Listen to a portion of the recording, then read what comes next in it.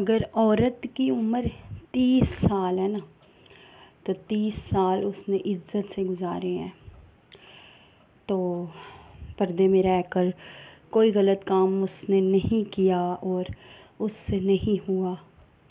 लेकिन अगर वो 30 साल के बाद एक दिन उसने कोई गलत काम कर दिया या उससे हो गया, तो वो 30 साल जो पिछले थे ना, लोग भूल जाते हैं, उसको भी मिट्टी में मिला देते हैं। इज़्ज़त इतनी बड़ी चीज़ होती है इंसान की।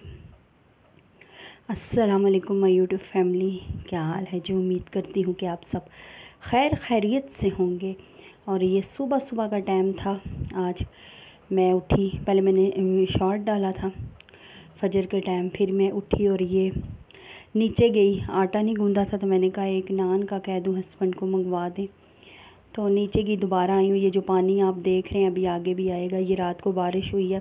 पहले तो अल्लाह का लाख लाख शुक्र है बारिश हुई है कि मौसम ठंडा हुआ है, लेकिन मुझे नहीं अंदाज़ा कि इस बारिश ने मतलब से नुकसान होता है या नहीं होता फसलों को, मुझे इस बात का बिल्कुल नहीं पता।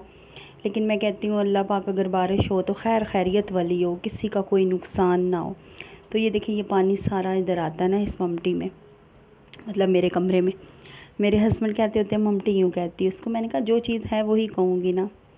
मेरे कमरे में लाइट जलाई थी, जन्नत सो रही थी, तो मैंने कहा आप लोगों को भी दिखा दूँ पानी। ये सारे फिर सोफ़े हटा के इस पानी को हटाना पड़ा है। जब भी बारिश होती है तो इसी तरह इकट्ठा हो जाता है। कारपेट थी, पहले मैंने कारपेट डाली थी जब मैं सेट इधर हुई थी ना, इस कमरे में आई थी।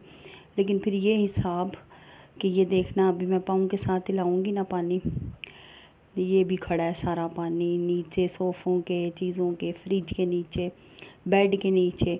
तो फिर कारपेट कौन रोज़ रोज़ उठाए? फिर कारपेट मैंने उठा ही दी। मैंने कहा ये गीली सर्दियों में ठंड लगती है। खैर, सुबह मैं एक औरत की ना वीडियो देख रही थी, चैनल का नाम मुझे नहीं याद। तो वो कह रही है, अपने हस्बैंड को कहती है दूसरी शादी करवा, ज़िद कर रही है कि तुम दूसरी शादी करो। अब पता नहीं वो सच कह रही है या ड्रामा कर रहे हैं, मुझे कोई पता नहीं। ये देखे सीन सारा। रात को भी बहुत तेज़ बारिश हुई थी, सुबह भी। तो खैर, वो हस्बैंड को कह रही है कि जी तुम शादी करो। मैं कहती हूँ कैसी औरत है, उसको नहीं पता कि हस्बैंड ने अगर शादी कर ली तो औरत की दुनिया ही ख़त्म हो जाती है एक किस्म की। जैसे मिसाल के तौर पर ज़लज़ला आता है ना, इमारतें नीचे गिर जाती हैं और कितने कितने साल वो इमारतें नहीं बनती। जब हम छोटे होते थे ना, सन 2005 में ज़लज़ला आया था, तब मैं पढ़ती थी। तो वो इस्लामाबाद में एक टावर गिरा था। जो भी इधर रहते हैं, मैं भी अभी भी इस्लामाबाद में ही रह रही हूँ, गुलज़ार कायद में मैं रहती हूँ। तो इस्लामाबाद में ना ज़लज़ला आया था, तो एक मरगल्ला टावर के, क्या मुझे उसका नाम नहीं पता अब याद, वो गिरा था। तब हम छोटे थे, अम्मी के घर थी, मैं पढ़ती थी, मतलब अपने गांव में थी। तो हमने सुना था, यहाँ तो नहीं हम आते थे ना, कि इस तरह इस्लामाबाद में वो टावर गिरा है। और वो ना साल 2 मैं कहती हूँ उसका मलबा नहीं उठा सके थे उस टावर का। इतना बड़ा टावर था। शायद आप में से कोई वीडियो देख रहा हो, जानता हो उस जगह को। तो वो मलबा नहीं उठा सकता था, कोई भी सका था, उसको समेट नहीं सका था। ये होता है औरत का दिल भी। जब मर्द शादी कर लेता है ना, आज 5वां साल है मेरी डिवोर्स को, दूसरी शादी को। 4 साल मुकम्मल हो गया मेरी दूसरी शादी को, या हो जाएंगे अप्रैल में, या हो गया, मुझे अब अंदाज़ा नहीं। सन 2021 में मेरी दूसरी शादी हुई है और पहली शादी छोटी उम्र में हो गई थी। तो कहने का मतलब है कि मैं अभी तक अपने पहले हस्बैंड की पहली शादी को और दूसरी शादी को नहीं भूल सकी। अभी तक मेरा दिल में वैसा ही ज़लज़ला आया, वैसे ही वो गिरे हुए हैं, मलबा अभी तक गिरा हुआ है जो कभी भी नहीं सिमट सकता।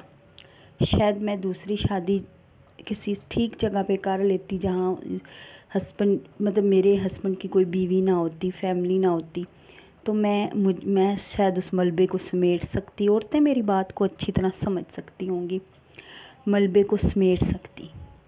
लेकिन अभी तक वो वैसा का वैसा है। पता है क्यों? क्योंकि दूसरी में भी मुझे वैसा ही मिला है, इसलिए। तो मैं नहीं कहती कोई भी नहीं बुरा, सब अच्छे हैं। मेरे हस्बैंड भी अच्छे हैं, उनकी फैमिली भी अच्छी है, उनकी बीवी भी अच्छी, सब अच्छे, मैं बुरी हूँ। लोग अब मुझे जानते नहीं, पहचानते नहीं, यहाँ पे आते हैं, मेरी कोई इज़्ज़त नहीं। इज़्ज़त बहुत बड़ी चीज़ होती है, इज़्ज़त के भूखे हैं हम। कसम खुदा की इज़्ज़त बहुत बड़ी चीज़ होती है। जब आपको कोई सलाम तक नहीं करता ना, दूसरी बीवी की नज़र से देखता है, तो आपका दिल करता है मार जाओ आप चुप करके। क्योंकि इज़्ज़त ही नहीं है ना आपकी। हर कोई दुत्कारी नज़रों से आपको देखता है, हालांकि आपका कसूर कोई ना हो। ये नीचे वाला किचन है। मैं फिर दोबारा, ये लोग जब जागे थे 11 बजे, मैं दोबारा नीचे गई थी, तो ये नाश्ता बना रहे थे, तो मैंने वीडियो बनानी शुरू कर दी, और अपने लिए भी फिर मैंने नान मंगवा लिया था। खैर, साथ साथ ये बातें भी चल रही हैं, और साथ साथ आपको बता दूँ, आपके साथ बात भी कर रही हूँ। मुझे बहुत अच्छा लगता है जब कमेंट पढ़ती हूँ आप लोगों के, बहुत अच्छा लगता है। आप लोग मेरी इतनी प्यारी प्यारी सिस्टर हैं, इतनी प्यारी बहनें हैं, मेरे यकीन करे, मैं फिर वही बात है, मुझे बोला समझे या मासूम, मेरा दिल करता है मैं आप लोगों के साथ व्हाट्सएप पे बात करूं, बहुत सारी बातें करूं, लेकिन नंबर नहीं दे सकते हम इस तरह, सोशल मीडिया पे तो नहीं दे सकती। तो खैर, मैं फिर आप लोगों के कमेंट का इंतज़ार करती हूँ हर वीडियो के नीचे, कि आप लोग मुझे करोगे, मेरे साथ बात करोगे ना, आपकी दुआओं का। खैर, कहाँ हम पहुँचे थे, मलबे वाली बात पे, कि मतलब अभी तक मेरे अंदर वही ज़लज़ला है। सन 2020 में 20 में शायद मेरे हस्बैंड ने शादी की थी। मुझे इस तरह शादी की 3 महीने मैं रही उस औरत के साथ, हंसी खुशी रही, घर के काम करने, मैंने ही संभालना अपना घर, इसी तरह ऊपर नीचे पोर्शन था हमारा। उससे प्यार मोहब्बत से पेश आना, बहुत ही ज़्यादा प्यार मोहब्बत कर दिया। तो उसकी कंघी तक मैं करती थी सर की, क्योंकि उसके बाल बहुत ज़्यादा लंबे हैं ना, पाँव से थोड़े से ऊपर होंगे, घने भी, तो उसकी कंघी भी मैं करती थी बैठ के। लेकिन उसने देखा कि ये भी यंग है और मैं भी यंग हूँ, ज़ाहिर है वो उसकी एज होगी 23 साल उसकी एज थी, और मैं उससे 7-8 साल ही बड़ी थी। इतनी एज मैं भी तो बूढ़ी नहीं थी ना, तो देखने में भी बिल्कुल उससे भी छोटी लगती थी, क्योंकि वो मोटी थी और मैं थोड़ी सी उससे हल्की। तो उसने देखा कि ये तो फैशन करती है, ये मेरे मुकाबले की है, उसने मुझे निकलवा दिया। और ऐसे ऐसे खेल खेले ना, आप लोग कभी पूछोगे तो मैं वीडियो में बताऊंगी उन्होंने मुझे कैसे कैसे निकाला, किस तरह धोखे दे के निकाला। लेकिन आज अल्लाह गवाह है, मेरा अल्लाह जानता है, जुमे का टाइम है, मैंने अपने इस हस्बैंड की बीवी के बारे में कभी भी नहीं सोचा ऐसा। अल्लाह ना करे, अल्लाह ना करे, अल्लाह ना करे, कभी ज़िंदगी में नहीं सोचा कि इसका शोर निकाल दे और मुझे सब कुछ दे दे। नहीं, मुझे ये कुछ भी नहीं चाहिए इनसे, मुझे अपना चाहिए, मुझे मेरा घर चाहिए जहाँ मैं और मेरे बच्चे रहें, मुझे इनसे कोई लेना देना नहीं है। बस मैं कहती हूँ कि अल्लाह पाक मुताजगी की ज़िंदगी ना दे मुझे, किसी मेरी बहन को भी ना दे, बस मुझे और कुछ नहीं चाहिए। मैं इस हस्बैंड को इन बच्चे और बीवी के हवाले करके चली जाऊँ। मतलब अगर जाने अनजाने में मेरे साथ धोखा हो गया, लेकिन मेरे पास अब जाने का रास्ता नहीं है कोई भी, सारे रास्ते बंद है, मेरे पास जगह नहीं है जहाँ मैं जाऊँ।